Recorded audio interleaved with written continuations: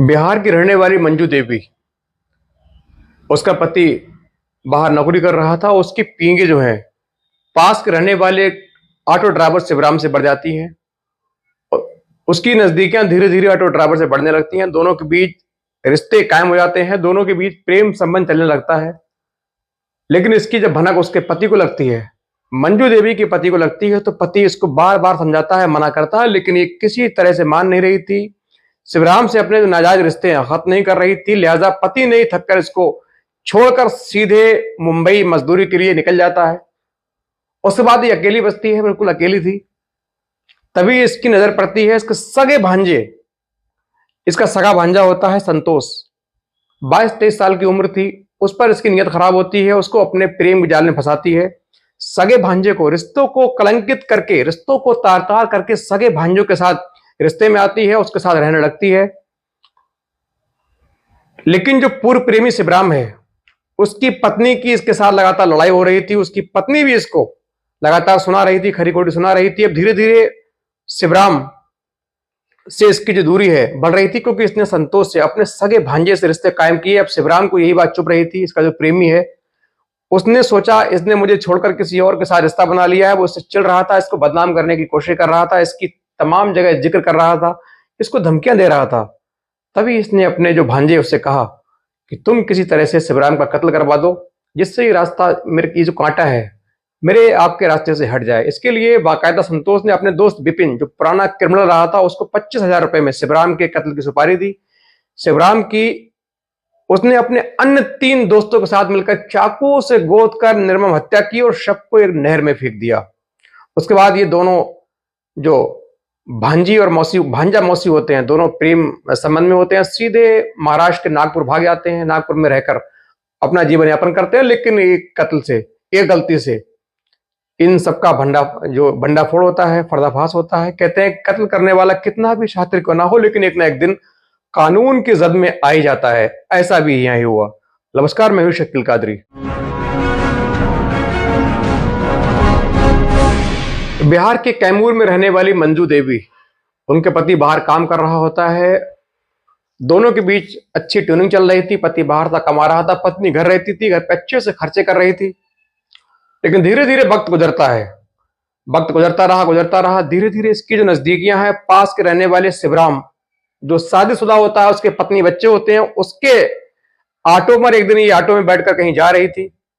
इसको कहीं जाना था, उसके ऑटो में बैठी। ऑटो में बैठते बैठते ही ये उसको दिल दे बैठती है। ये उसको लगता है कि मेरा पति बाहर रहता है, क्यों ना मैं इसके साथ आराम से प्रेम संबंध करके रह सकूं। अच्छा खासा नौजवान आदमी है ये। उसके बाद ही धीरे धीरे उसका किसी बहाने से नंबर लेती है। फिर बात करते करते धीरे धीरे उसको अपने प्रेम जाल में फंसाती है। शिवराम इसके प्रेम जाल में फंस जाता है। चूंकि देखने में खूबसूरत थी, बहुत ज्यादा उम्र नहीं थी, शिवराम इसके प्रेम जाल में फंसकर इसको अपना दिल दे बैठता है। इसकी ओर आकर्षित हो जाता है, इसकी ओर खींचा चला जाता है। धीरे धीरे इन दोनों के बीच नजदीकियां बढ़ती हैं, दोनों के बीच नाजायज रिश्ते कायम होते हैं, इनके बीच रिलेशन शुरू हो जाती है। दोनों गहरे रिश्ते में पड़ जाते हैं, गहरा प्रेम पड़ जाता है। लेकिन कहते हैं इश्क मुझ कभी छुपाया नहीं छुपता, यहां भी ऐसा ही हुआ। शिवराम की जो पत्नी है, उसको उसके पति और मंजू देवी का जो इश्क है उसके बारे में जानकारी हुई तो खूब हंगामा हुआ। इधर जो मंजू देवी का पति बाहर काम कर रहा था, उसको भी इसके पत्नी की और शिवराम की जो प्रेम संबंध है, इसकी जानकारी गांव वालों ने फोन करके दी। उसको काफी हैरानी हुई, उसने पत्नी के साथ लड़ाई हुई, झगड़ा हुआ, बहुत डांटा। अब इन 4 लोगों के बीच, एक तरफ शिवराम की पत्नी और शिवराम, एक तरफ मंजू देवी उसका पति। अब शिवराम और मंजू देवी, इन दोनों का प्यार, ये तिकड़ी चल रही थी। दोनों परिवारों में लड़ाइयां हो रही थी, नफरत बढ़ रही थी, आए दिन झगड़े होते, कलेश होते। मंजू देवी के पति ने बहुत समझाने की कोशिश की, समझाया कि तुम ये जो कर रही हो अच्छी बात नहीं है, तुम शादीशुदा हो, तुमको ये नहीं करना चाहिए, समाज में बदनामी होती है, बेइज्जती होती है, तुम अभी भी लौट आओ, मैं तुम्हें माफ कर दूंगा। लेकिन मंजू देवी किसी भी हद तक जाने को तैयार थी, लेकिन अपने प्रेमी शिवराम से संबंध तोड़ने के लिए बिल्कुल साफ मना कर रही थी, इनकार कर रही थी। अब जो पति है मंजू देवी का, वो थक चुका था। थकते थकते उसने सोचा क्यों ना मैं ही इस मंजू देवी से दूरी बना लूं, उसको छोड़ दूं, जिससे मेरा इससे पल्ला पाक हो जाए, दामन साफ हो जाए। लिहाजा उसने फौरन उसको छोड़कर सीधे महाराष्ट्र के मुंबई काम करने निकल जाता है, इसको छोड़ देता है, इसके साथ बातचीत फोन से बंद कर देता है, पूरे संबंध खत्म कर लेता है। अब चूंकि ये पहले चुपचाप दबाव में रहकर काम उससे मिल रही थी, खुलेआम मिलने लगती है, लेकिन मंजू देवी का प्रेमी जो शिवराम है, उसकी पत्नी लगातार इस हादसे का, इस जो इनका घटनाक्रम चल रहा था, अफेयर चल रहा था, इसका विरोध कर रही थी, घर में कलेश हो रहा था। इसीलिए मंजू देवी ने सोचा क्यों ना अब शिवराम से दूरी बनाई जाए, क्योंकि इसकी पत्नी आए दिन फोन करती है, सब में बुराई करती है, बदनामी करती है, लड़ाइयां होती हैं। सीधे मंजू देवी को इसकी शिवराम की पत्नी फोन किया करती थी, सैकड़ों गालियां दिया करती थी। लिहाजा इसने सोचा क्यों ना कोई नया शिकार तलाश किया जाए, क्योंकि अब फ्री थी, पति का कंट्रोल था नहीं, पति का कोई दबाव था नहीं, घर में अकेली थी। लिहाजा उसको लगा उसको अपने सगा भांजा, जो एक 20-22 साल का नौजवान था, हट्टा कट्टा था, उस सगा भांजा संतोष, इसने रिश्तों को कलंकित किया, रिश्तों को तार तार किया। इसने बिल्कुल ना सोचा कि मैं जो कर रही हूं ये कौन है रिश्ते में, मेरा ये बेटे के बराबर है, इसके साथ मैं ऐसा काम कर रही हूं, घिनौना कृत्य कर रही हूं, बिल्कुल शर्म ना आई। लेकिन हवस की भूखी अंधी ये मंजू देवी अपने भांजे को ही धीरे धीरे बड़े सातिर तरीके से प्यार के माहौल में लेकर आती है, प्रेम का जाल बिछाती है, और संतोष भी बहुत जल्दी ही इसके प्रेम जाल में फंसकर उलझ जाता है, फंस जाता है। दोनों के बीच प्रेम संबंध कायम होते हैं। अब दोनों आराम से साथ रह रहे थे, घूम रहे थे, चूंकि कोई रोक टोक थी नहीं, मंजू देवी के ऊपर कहने वाला कोई था नहीं, पति दूर, पति ने छोड़ रखा था, लिहाजा पूरे तरीके से संतोष के साथ रह रही थी। लेकिन शिवराम जो था उसको कहीं ना कहीं मंजू देवी की दूरी खल रही थी। उसको लग रहा था कि मंजू देवी मुझे धोखा देकर किसी और के साथ रिश्ते में है, यही बात उसको अकर रही थी। लिहाजा उसने फौरन लोगों से कहना शुरू किया, बेइज्जती की, मंजू देवी को फोन किया, इसको बोला मैं तेरे सारे जो वीडियो हैं, फोटो हैं, सबको दिखा दूंगा, तेरी बेइज्जती कर दूंगा।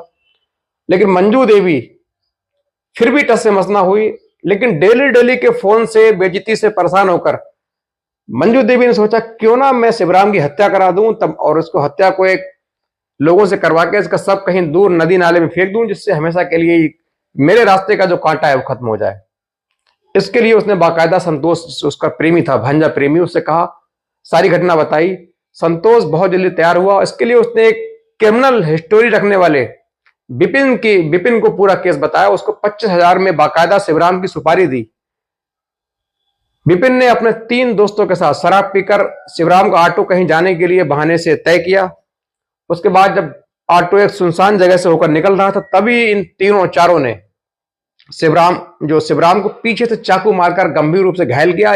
चाकू के एक के बाद एक कई ताबड़तोड़ बार से शिवराम की मौके पर ही दर्दनाक मृत्यु हो जाती है। पास में ही चल रही नहर, कैमूर में एक नहर है, उसमें ये चारों मिलकर उसको सबको फेंक देते हैं। लेकिन उससे पहले ही संतोष और ये मंजू देवी है, ये बिहार छोड़कर सीधे महाराष्ट्र के नागपुर पहुंच जाते हैं। वहां साथ रहकर काम कर रहे होते हैं, दोनों पति पत्नी की तरह रह रहे होते हैं। इधर जब 2-3 दिन के बाद शिवराम की जो लाश है, डेड बॉडी है, ऊपर पानी में तैरती है, तो लोग देखते हैं, फौरन पुलिस को सूचना करते हैं, पुलिस आती है, सबकी पहचान करवाती है। तो बहुत जल्दी शिवराम घर तक पहुंच जाती है। पत्नी फौरन आती है, देखती है, वो एक बार नहीं कहते हैं ये मेरे पति की हत्या जो है मंजू देवी ने कराई है।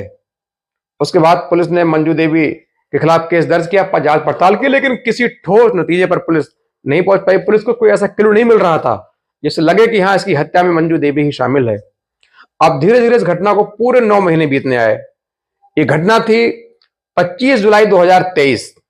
25 जुलाई 2023 को शिवराम का मर्डर हुआ था। अब लगभग 9 महीने के बाद अभी 1 अप्रैल 2024 को पुलिस को सूचना मिलती है कि मंजू देवी और उसका प्रेमी भांजा संतोष नागपुर से सीधे महाराष्ट्र सीधे बिहार आए। चूंकि उनको लग रहा था कि अब 9 महीने हो चुके हैं, पुलिस ने फाइल भी ठंडी कर दी, ठंडे बस्ते में डाल दी है, अब आराम से बिहार चल के रहेंगे।